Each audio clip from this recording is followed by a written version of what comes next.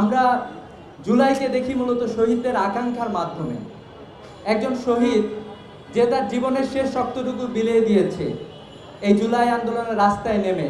তো এই জন্য আমরা বিশ্বাস করি যে এই জুলাইয়ের যে স্বীকৃতি দরকার ছিল, জুলাই সনদ যে সময়টিতে দরকার ছিল সে সময়টিতে আমরা পাই নাই। আমাদের কিছু প্রস্তাবনা আমরা দিয়ে যাচ্ছি আজকের। জুলাইকে আসলে আমরা চিন্তা করি একটা পিক হিসাবে। অন্যান্য বৈষম্য বিরোধী আন্দোলনে যারা নেমেছে অধিকাংশই অসংখ্য সাধারণ শিক্ষার্থীরা এখানে শহীদ হয়েছেন।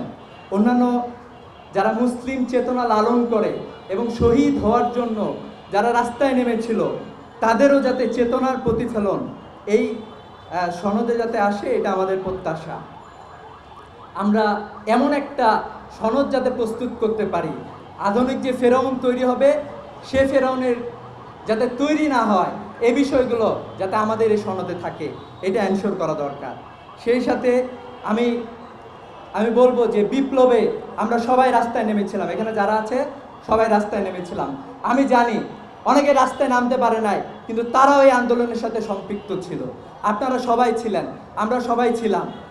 আমাদের সবার বিপ্লবীদের কোনো প্রকার সকল সহিংসতার দায় মুক্তি দিতে হবে।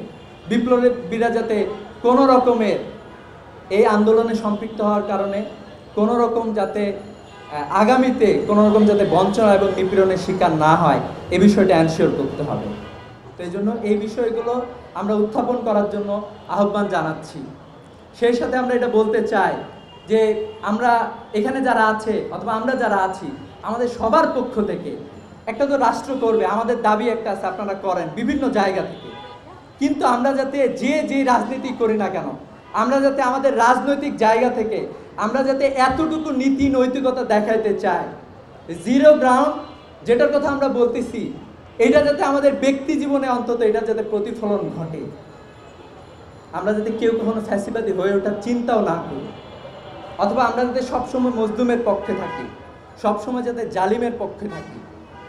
অনেক কিছুই হবে, কিন্তু এই দেশ, এই সোসাইটি, এই প্রজন্ম, যে প্রজন্ম বিপ্লব করেছে তাদের মাঝে এই চেতনা ঢুকিয়ে দেয়া, এটা হচ্ছে সবচেয়ে গুরুত্বপূর্ণ বলেই আমরা মনে করি।